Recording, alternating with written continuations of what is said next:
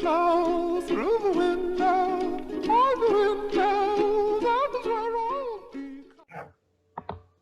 Hey guys, my name's Keelia Fagan. I'm doing my video for EDM 310 at the University of South Alabama. It's my interview with a teacher. This is my teacher. Go ahead and introduce yourself, ma'am. My name is Gina Miller. I teach at Riverview High School in Sarasota, Florida.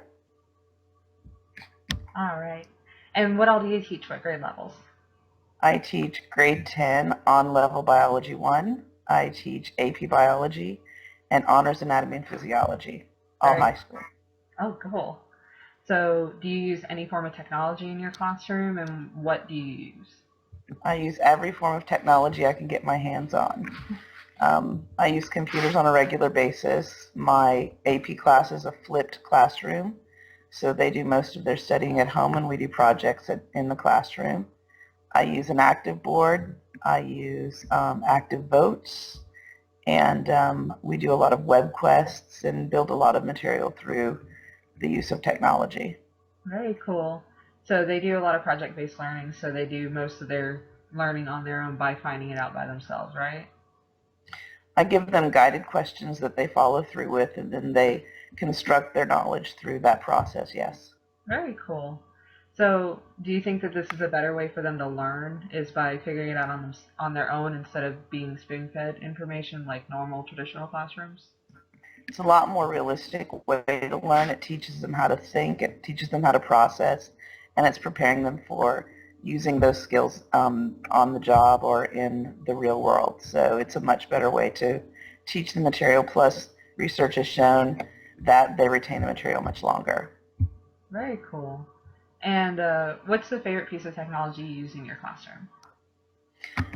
We're lucky in Sarasota. I have a room called a TEL Studio, Technology Enhanced Learning, where I can put groups of 5 using their own active board, interactive. 2 students can use it using a pen or finger touch screen technology to build their problem-based learning through an interactive process. Very cool. And since you have anatomy, I bet, so you guys do dissections, do you do any form of virtual dissections or anything? We can use it for a virtual dissection. We just reconstructed skeletons through the TEL Studio using an anthropology program. Basically, skeletons were found in a park, and my students had to use their knowledge of the skeleton to reconstruct them to determine how many bodies were present. So you can be used for a lot of really cool things. Very cool.